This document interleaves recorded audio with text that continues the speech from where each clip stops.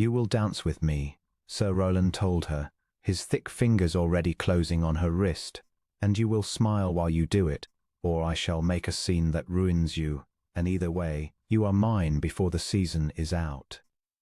The Duke of Norcliffe, crossing the crowded ballroom with a glass of wine he did not want, heard the words and saw the woman flinch, and changed his course before he had consciously decided to. He had noticed her earlier, Christabel Ray. Someone had named her, a gentleman's daughter of modest fortune and no powerful connection, noticed her not for any reason he could have stated, only that there was something in the straight set of her shoulders and the careful steadiness of her face that had caught at him across the room. Now he understood the steadiness. It was the steadiness of a woman holding herself together under siege. Sir Rowland Vane had her wrist, and Sir Rowland Vane, Leopold knew, was a brute of the worst kind, the kind who wore his cruelty as charm, and counted on a young woman's terror of scandal to keep her silent while he closed in. "Miss Ray," said the Duke of Norcliffe, arriving at her side as smoothly as if he had been expected. "There you are. You promised me this dance, I believe, before half the room laid claim to you." It was a lie. They had never spoken. He watched her understand that it was a lie, and watched her decide, in the space of a heartbeat, to seize it like a rope thrown to a drowning woman. "Your Grace," she said. "Of course. Forgive me, Sir Rowland, I had quite forgotten myself." Vane did not let go of her wrist at once. He looked at the Duke, at the breadth of him, the cold dark eyes, the unmistakable weight of a man who outranked him in every particular, and Leopold looked back at him with the pleasant, level expression of a man who is perfectly willing to make this difficult, and after a long moment Sir Rowland's fingers opened. Christabel's hand slid free. The Duke offered her his arm and she took it, and he felt the faint tremor in her gloved fingers as they walked away. "You did not promise me a dance," she said quietly when they had reached the floor. "No," the Duke agreed.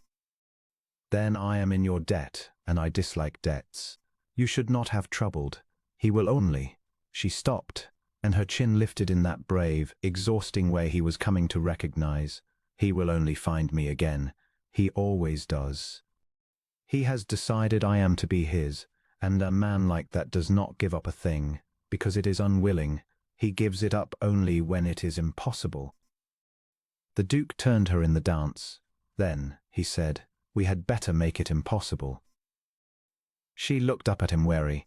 "I do not take your meaning, your Grace." "A man like Vane," Leopold said, "fears very few things. He does not fear your refusal. He has decided it does not count. He does not fear your father, who has not the standing to check him, but he fears a rival he cannot bully. He fears looking the fool. And he fears, above all, a man of higher rank who has plainly placed his interest where Sir Rowland wishes to place his own." He paused. "Let him believe you are courted by me. Let him believe the Duke of Norcliffe has fixed his attention on Miss Christabel Ray. He will not dare cross me for you, because the cost to his pride and his standing would be ruinous, and bullies do not spend where it costs them. He will withdraw, and you will be free of him." She was silent a moment, turning it over. "You are offering," she said slowly, "to pretend to court me, to frighten him off." "I am. And when he has gone, when the pretense has served." The Duke of Norcliffe looked down at the brave, wary, weary face turned up to his, and he found that the answer he had been about to give, "Then we shall quietly let it lapse, and no harm done," would not come out of his mouth, because it was not true. He had crossed that ballroom on an impulse he had called gallantry, and somewhere between her flinch and the tremor in her gloved hand, and the proud lift of her chin, the impulse had quietly become something he had no intention of letting lapse at all. But she was frightened, and she was in his debt, and she would not believe him if he said it now. She would think it a courtesy, or a continuation of the game. "When he has gone," the Duke said carefully, "we shall see how matters stand. For the present, will you allow it? It costs you nothing but to be seen in my company, which I promise to make as little an ordeal as I am able." A small, surprised flicker of humor crossed her face. "You are very sure of yourself, Your Grace." "I am very sure of him," Leopold said.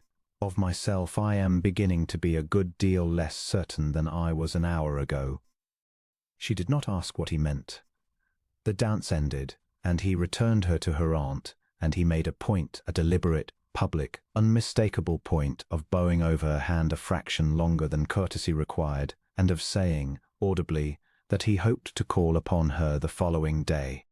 Across the room, Sir Roland Vane watched, and his heavy face darkened, and he did not approach her again that night.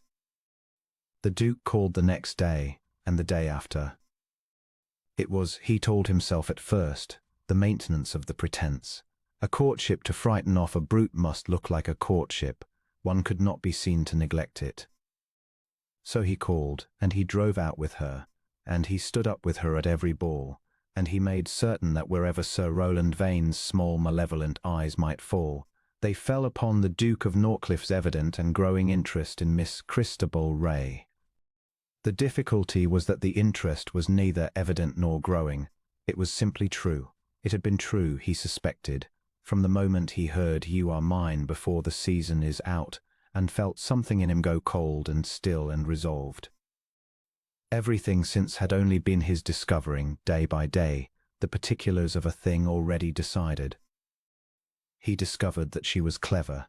With a dry, quick wit she had learned to keep folded away, because men like Vane punished it. He discovered that she loved her father, a gentle, ineffectual scholar quite unequal to protecting her, and that she had spent years protecting him instead, managing the household and the small fortune and her own beziggers without once asking to be rescued. He discovered that under the careful steadiness was a warmth that bloomed slowly. When she began at last to believe she was safe, that she laughed when she let herself, with her whole face. He discovered, in short, that he had set out to perform a courtship and was instead simply, helplessly conducting one. Sir Roland Vane withdrew as the Duke had predicted. He was not a man to spend his pride on a contest he was certain to lose. Within a fortnight he had transferred his attentions and his menace elsewhere, and Christabel walked into ballrooms for the first time in a year, without the cold weight of his eyes finding her at the door. She was free of him.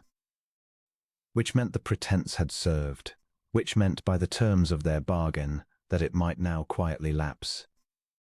The Duke of Norcliffe had no intention whatever of letting it lapse, and was trying to find the courage to say so, when Christabel said it for him. They were walking in the long gallery of his estate.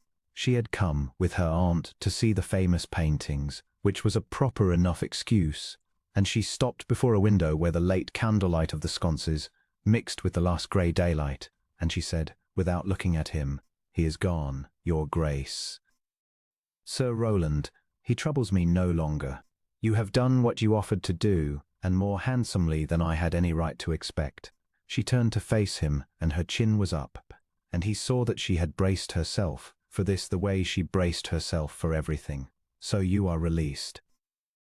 The pretense has served. I should not like you to feel bound, by a gallant impulse on a single evening, to continue a thing that was never meant to be real. You may let it lapse. I shall not think the worse of you. I shall think only that you are the kindest man I have met in a hard year."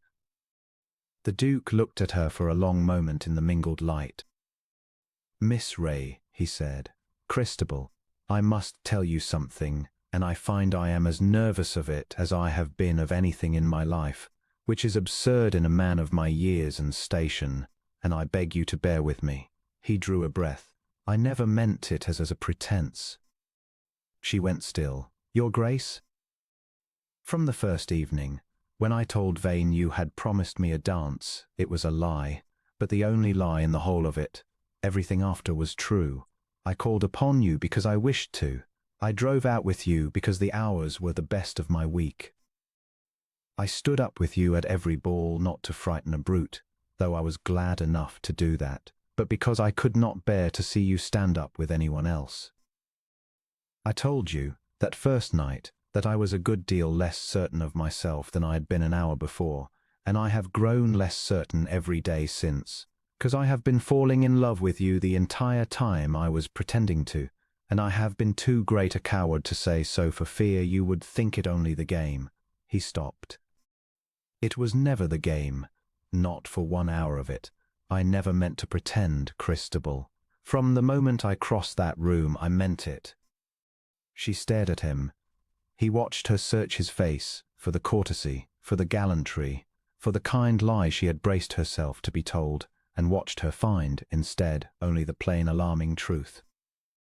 You meant it, she repeated very low. I have never meant anything more. I set out to make Vane believe I had fixed my heart on you to drive him off. The difficulty, the whole difficulty, the only difficulty, is that I had. There was nothing to pretend. I have been courting you in earnest from the first, and calling it a rescue, because I had not the courage to call it what it was. He took a step toward her. I am asking you now, with no brute to frighten and no bargain to serve and nothing in it for either of us, but the truth. Will you let me court you properly? Not to protect you, only to win you, if you will be won. For a moment Christabel Ray could not seem to speak, and then the careful steadiness she had worn like armor for a whole hard year simply came down, all at once, and what was underneath it was not steady at all, but luminous. I had told myself, she said, and her voice was not quite even, that it was a kindness. That I must not let myself, because it was only ever meant to frighten him, and you were only ever being good to me, and a woman in my position who let herself believe otherwise was a fool who would be hurt. She laughed, a small, wet, helpless laugh. I have been so very careful not to fall in love with you, Your Grace. It has been the hardest work of my life, and you are telling me I needn't have troubled. You needn't have troubled, said the Duke of Norcliffe, at all. Then I have wasted a great deal of effort. She put her gloved hand against his chest, not to push him away, he understood, but to feel the truth of him, the way she had been afraid to feel it for weeks. Yes, you may court me properly. Though I warn you, I shall be very hard to win, having had so much practice at being unwilling. I have nothing but time, said the Duke, covering her hand with his own, and no wish to spend it on anyone else. He courted her properly through the rest of that season and into the autumn, openly, gladly, with no pretense left to keep, and the county, which had begun by murmuring that the Duke of Norcliffe had taken up a girl of no fortune to spite Sir Rowland Vane, ended by agreeing that it had never seen a man so plainly, comfortably, unhurriedly in love. He married her at his own chapel before the year was out, her gentle scholar father weeping happily in the front pew, and Sir Rowland Vane was not invited, and was not missed. And in the warm years that followed, when she laughed with her whole face across his table, the Duke of Norcliffe would sometimes recall the evening he had crossed a crowded ballroom on what he had told himself was an impulse, and offered a frightened woman a pretense to set her free. He had never meant it as a pretense. He had only needed, as she had, a little time to believe the truth. And the truth, once believed, was the warmest and most certain thing he had ever known, that he had not rescued her at all, in the end, so much as found her, and had the great good sense never to let her go,